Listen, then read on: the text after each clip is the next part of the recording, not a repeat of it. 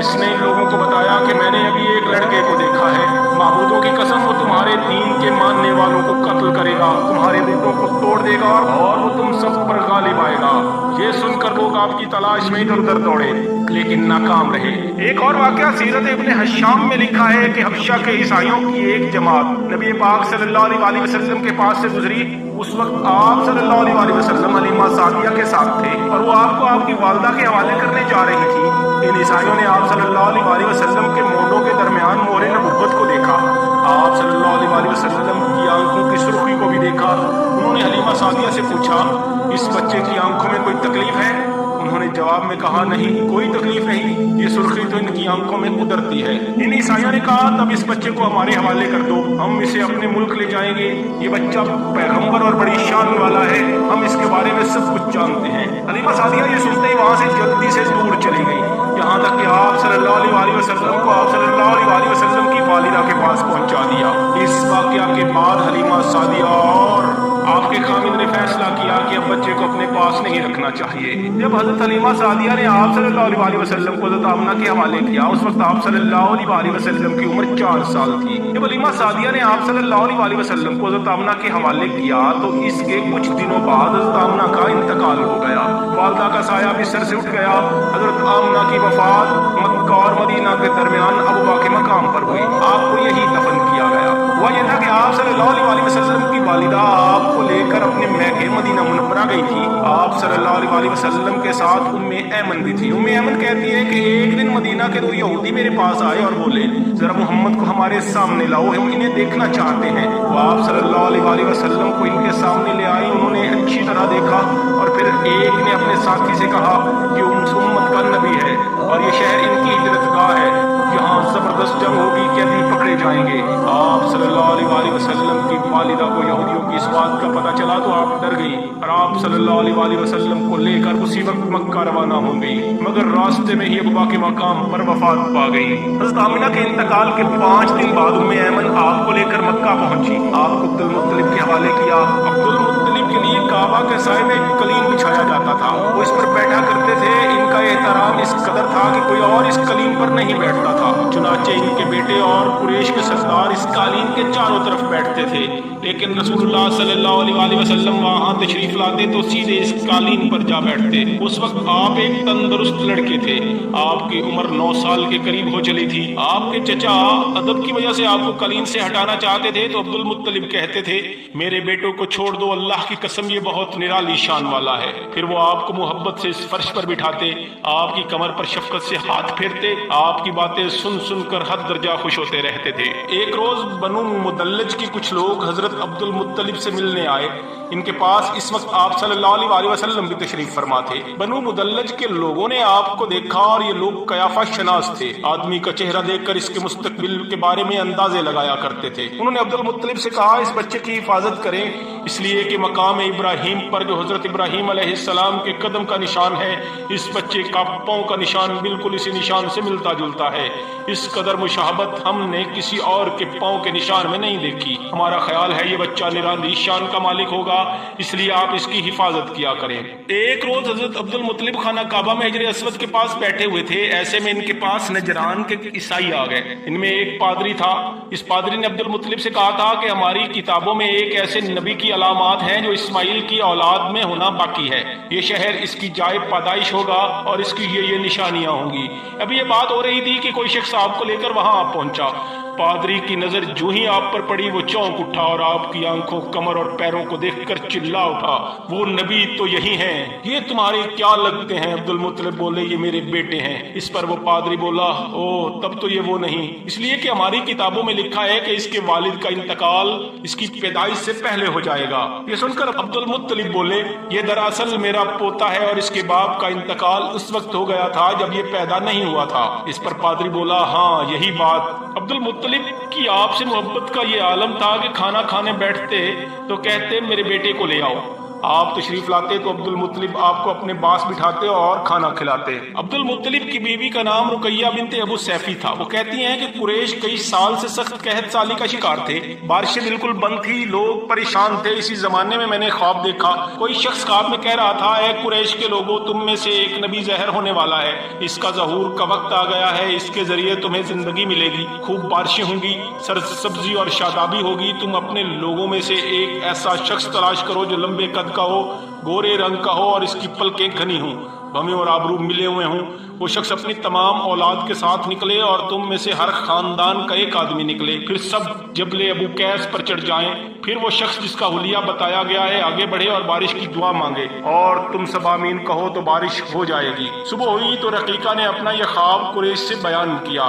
انہوں نے ان کی نشانیوں کو تلاش کیا تو سب کی سب نشانیاں انہیں عبد المطلب میں مل گئیں۔ چنانچہ سب ان کے پاس جمع ہوئے اور ہر خاندان سے ایک ایک آدمی آیا، ان سب کی شرائط پوری کی۔ اس کے بعد سب ابو قیس پہاڑ پر چڑھ گئے۔ ان میں نبی کریم صلی اللہ علیہ وآلہ وسلم بھی تھے۔ آپ کی عمر مبارک اس وقت 9 برس تھی۔ پھر عبد المطلب آگے بڑھے اور انہوں نے یوں دعا کی، اے اللہ، یہ سب تیرے غلام ہیں، ہم پر جو برا وقت آ پڑا ہے تو دیکھ رہا ہے، ہم مسلسل قحط سالی کا شکار ہیں۔ اب اونٹ، گائے، گھوڑے، کھچر، گدھے سب ختم ہو چکے ہیں اور جانوروں پر بن آئی ہے، اس لیے ہماری اس خشک سالی کو دور فرما دے، ہمیں زندگی اور سرسبزی اور شادابی عطا فرما دے۔ جب نبی پاک صلی اللہ علیہ وآلہ وسلم 7 برس کے ہو گئے تو آپ کی آنکھیں دکھنے لگیں۔ مکہ میں آنکھوں کا علاج کرایا گیا لیکن آفاقہ نہ ہوا۔ عبد المطلب سے کسی نے کہا، عکاظ کے بازار میں ایک راہب رہتا ہے، وہ آنکھوں کی تکالیف کا علاج کرتا ہے۔ عبد المطلب آپ کو اس کے پاس لے گئے، اس کی عبادت گاہ کا دروازہ بند تھا۔ انہوں نے اسے آواز دی، راہب نے کوئی جواب نہ دیا۔ اچانک عبادت گاہ میں شدید زلزلہ آیا۔ راہب ڈر گیا کہ کہیں عبادت خانہ اس کے اوپر نہ گر پڑے، اس لیے ایک دم سے باہر نکل آیا۔ اب اس نے آپ کو دیکھا تو چونک اٹھا۔ اس نے کہا، اے عبد المطلب، یہ لڑکا اس امت کا نبی ہے، اگر میں باہر نہ نکلتا تو یہ عبادت گاہ ضرور مجھ پر گر پڑتی۔ اس لڑکے کو فوراً واپس لے جاؤ اور اس کی حفاظت کرو، ایسا نہ ہو کہ یہودیوں یا عیسائیوں میں سے کوئی اسے قتل کر دے۔ اور پھر اس نے کہا، رہی بات ان کی آنکھوں کی، تو آنکھوں کی دوا تو خود ان کے پاس موجود ہے۔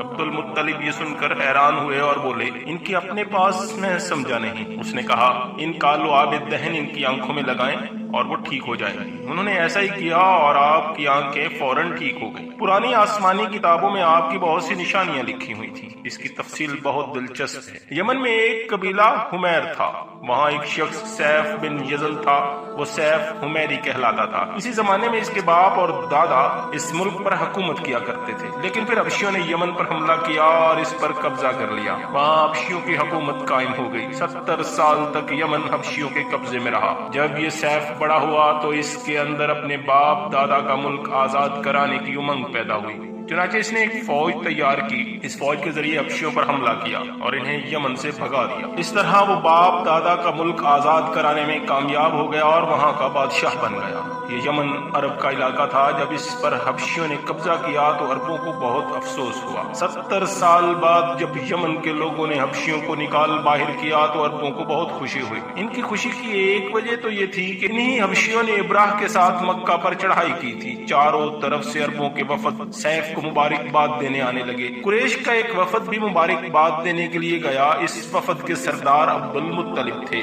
یہ وفد جب یمن پہنچا تو سیف اپنے محل میں تھا، اس کے سر پر تاج تھا، سامنے تلوار رکھی تھی اور حمیری سردار اس کے دائیں بائیں بیٹھے تھے۔ سیف کو قریش کی وفد کی آمد کے بارے میں بتایا گیا۔ اسے یہ بھی بتایا کہ یہ لوگ کس رتبے کے ہیں۔ اس نے ان لوگوں کو آنے کی اجازت دی۔ یہ وفد دربار میں پہنچا۔ عبد المطلب آگے بڑھ کر اس کے سامنے جا کھڑے ہوئے۔ انہوں نے بات کرنے کی اجازت چاہی۔ سیف نے کہا، اگر تم بادشاہوں کے سامنے بولنے کے آداب سے واقف ہو تو ہماری طرف سے اجازت ہے۔ تب عبد المطلب نے کہا، اے بادشاہ، ہم کعبہ کے خادم ہیں، اللہ کے گھر کے محافظ ہیں، ہم آپ کو مبارکباد دینے آئے ہیں۔ یمن پر حبشی حکومت ہمارے لیے بھی بوجھ بنی ہوئی تھی، آپ کو مبارک ہو۔ آپ کے اس کارنامے سے آپ کے بزرگوں کو بھی عزت ملے گی اور آنے والی نسلوں کو بھی وقار حاصل ہوگا۔ سیف ان کے الفاظ سن کر بہت خوش ہوا اور بے اختیار بول اٹھا، اے شخص، تم کون ہو؟ تمہارا نام کیا ہے؟ وہ بولے، میرا نام عبد المطلب بن ہاشم ہے۔ سیف نے ہاشم کا نام سن کر کہا، تب تو تم ہماری بہن کے لڑکے ہو۔ عبد المطلب کی والدہ مدینے کے قبیلے خزرج کی تھی۔ اور خزرج کا قبیلہ دراصل یمن کا تھا، اس لیے سیف نے ہاشم کا نام سن کر کہا ہم آپ کو خوش آمدید کہتے ہیں، آپ کے جذبات کی قدر کرتے ہیں۔ اس کے بعد قریش کے وفد کو سرکاری مہمان خانے میں ٹھہرایا گیا، ان کی خوب خاطر مدارت کی گئی، یہاں تک کہ 1 ماہ گزر گیا۔ 1 ماہ کی مہمان نوازی کے بعد سیف نے انہیں بلایا، عبد المطلب کو اپنے پاس بلا کر اس نے کہا اے عبد المطلب، میں اپنے علم کے پوشیدہ رازوں میں سے ایک راز تمہیں بتا رہا ہوں، تمہارے علاوہ کوئی اور ہوتا تو میں ہرگز نہ بتاتا۔ تم اس راز کو اس وقت تک راز ہی رکھنا جب تک خود اللہ تعالیٰ اس راز کو ظاہر نہ فرما دے۔ ہمارے پاس ایک پوشیدہ کتاب ہے اور وہ پوشیدہ رازوں کا ایک خزانہ ہے، ہم دوسروں سے اس کو چھپا کر رکھتے ہیں۔ میں نے اس کتاب میں ایک بہت عظیم الشان خبر اور ایک بڑے خطرے کے بارے میں پڑھ لیا ہے، اور وہ آپ کے بارے میں ہے۔ عبد المطلب یہ باتیں سن کر حد درجہ حیرت زدہ ہوئے اور پکار اٹھے، میں سمجھا نہیں آپ کیا کہنا چاہتے ہیں۔ سنو عبد المطلب، جب تہامہ کی وادی یعنی مکہ میں ایک ایسا بچہ پیدا ہو جس کے دونوں کانوں کے درمیان بالوں کا گچھا یعنی مہر نبوت ہو، تو اسے امامت اور سرداری حاصل ہوگی، اور اس کی وجہ سے تمہیں قیامت تک کے لیے اعزاز ملے گا اور عزت ملے گی۔ عبد المطلب نے یہ سن کر کہا اے بادشاہ، اللہ کرے آپ کو بھی ایسی خوش بختی میسر آئے، آپ کی ہیبت مجھے روک رہی ہے، ورنہ میں آپ سے پوچھتا کہ اس بچے کا زمانہ کب ہوگا۔ بادشاہ نے جواب دیا یہی اس کا زمانہ ہے اور اسی زمانے میں پیدا ہوگا، یہ پیدا ہو چکا ہے، اس کا نام محمد ہوگا، اور اس کی والدہ کا انتقال ہو جائے گا اور اس کے دادا اور چچا اس کی پرورش کریں گے۔ ہم بھی اس کے آرزو مند رہے کہ وہ بچہ ہمارے ہاں پیدا ہو، اللہ تعالیٰ اسے کھلے عام ظاہر فرمائے گا اور اس کے لیے ہم میں سے اس نبی کے مددگار بنائے گا۔ ان کے ذریعے اس نبی کے خاندان اور قبیلے والوں کو عزت حاصل ہوگی، اور ان کے ذریعے اس کے دشمنوں کو ذلت ملے گی، اور ان کے ذریعے وہ تمام لوگوں سے مقابلہ کرے گا، اور ان کے ذریعے زمین کے اہم علاقے فتح ہو جائیں گے، اور وہ نبی رحمان کی عبادت کرے گا اور شیطان کو دھمکائے گا، آتش قدوں کو ٹھنڈا کرے گا، بتوں کو توڑ ڈالے گا، اور اس کی ہر بات آخری فرمان ہوگا۔ اس کے احکامات انصاف والے ہوں گے، وہ نیک کاموں کا حکم دے گا اور خود بھی ان پر عمل کرے گا، برائیوں سے روکے گا اور ان کو مٹا ڈالے گا۔ عبد المطلب نے سیف بن یزن کو دعا دی اور پھر کہا کچھ اور تفصیلات بیان کریں، بات ڈھکی چھپی ہے اور علامتیں پوشیدہ ہیں، مگر اے عبد المطلب اس میں شبہ نہیں کہ تم اس کے دادا ہو۔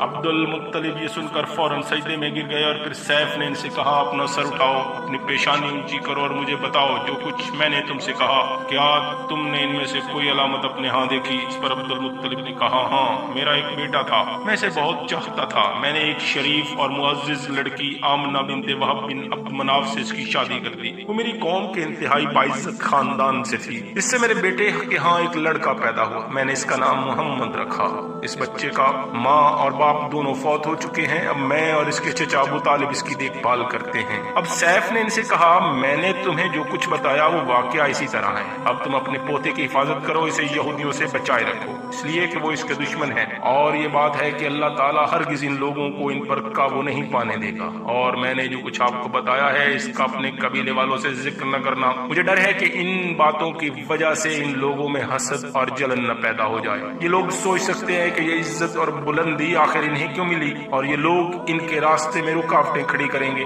اگر یہ لوگ اس وقت تک زندہ نہ رہے تو ان کی اولادیں یہ کام کریں گی، اگر مجھے یہ معلوم نہ ہوتا کہ اس نبی کے ظہور سے پہلے ہی مجھے موت آ لے گی تو میں اپنے اونٹوں اور قافلے کے ساتھ روانہ ہوتا اور ان کی سلطنت کے مرکز یثرب پہنچتا، کیونکہ میں اس کتاب میں یہ بات پاتا ہوں کہ شہر یثرب ان کی سلطنت کا مرکز ہوگا، ان کی طاقت کا سرچشمہ ہوگا اور ان کی مدد اور نصرت کا ٹھکانہ ہوگا، ان کی وفات اسی جگہ ہوگی اور انہیں وہی دفن کیا جائے گا۔ مجھے پتا ہے اگر میں اس وقت ان کی عظمت کا اعلان کروں تو خود ان کے لیے اور میرے لیے خطرات پیدا ہو جائیں گے، یہ ڈر نہ ہوتا تو میں اسی وقت ان کے بارے میں یہ تمام باتیں سب کو بتا دیتا، عربوں کے سامنے ان کی سربلندی اور اونچے رتبے کی داستانیں سنا دیتا، لیکن یہ راز تمہیں بتایا ہے، تمہارے ساتھیوں میں سے بھی کسی کو نہیں۔ اس کے بعد اس نے عبد المطلب کے ساتھیوں کو بلایا اور ان میں سے ہر ایک کو 10 حبشی غلام، 10 حبشی باندیاں اور دھاری دار یمنی چادریں، بڑی مقدار میں سونا اور چاندی اور 100 اونٹ اور امبر کے بھرے ڈرم دیے۔ پھر عبد المطلب کو اس سے 10 گنا زیادہ دیا اور بولا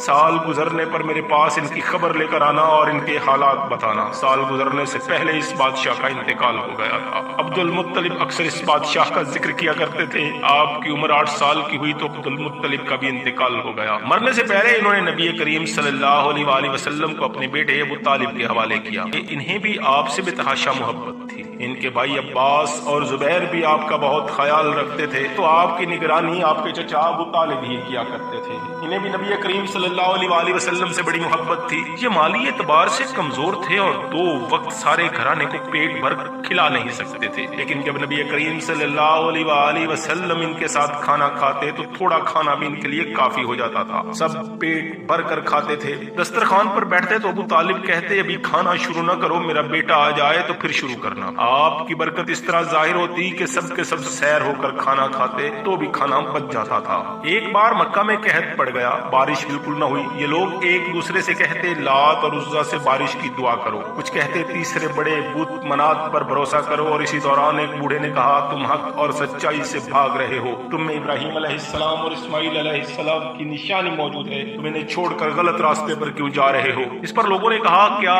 آپ کی مراد ابو طالب سے ہے؟ اس نے جواب میں کہا ہاں میں یہی کہنا چاہتا ہوں۔ اب سب لوگ ابو طالب کے گھر کی طرف چلے، وہاں پہنچ کر انہوں نے دروازے پر دستک دی تو ایک خوبصورت آدمی باہر آیا، اس نے تہمت لپیٹ رکھا تھا۔ سب لوگ اس کی طرف بڑھے اور بولے اے ابو طالب، وادی میں قحط پڑا ہے، بچے بھوکے مر رہے ہیں، اس لیے آؤ اور ہمارے لیے بارش کی دعا کرو۔ چنانچہ ابو طالب باہر آئے، ان کے ساتھ رسول اللہ صلی اللہ علیہ وآلہ وسلم بھی تھے۔ آپ ایسے لگ رہے تھے جیسے اندھیرے میں سورج نکل آیا ہو۔ ابو طالب کے ساتھ اور بھی بچے تھے لیکن انہوں نے آپ ہی کا بازو پکڑا ہوا تھا۔ اس کے بعد ابو طالب نے آپ کی انگلی پکڑ کر کعبے کا طواف کیا۔ یہ طواف کر رہے تھے، دوسرے لوگ آسمان کی طرف نظر اٹھا اٹھا کر دیکھ رہے تھے جہاں بادل کا ایک ٹکڑا بھی نہیں تھا، لیکن پھر اچانک ہر طرف سے بادل گھر گھر آنے لگے اور اس قدر زور سے بارش ہوئی کہ شہر اور جنگل سیراب ہو گئے۔ ایک مرتبہ نبی پاک صلی اللہ علیہ وآلہ وسلم اپنے چچا کے ساتھ ایک قافلے میں یمن تشریف لے گئے۔ راستے میں ایک وادی سے گزر ہوا، اس وادی میں ایک سرکش اونٹ رہتا تھا، گزرنے والوں کا راستہ روک لیتا تھا، مگر جو ہی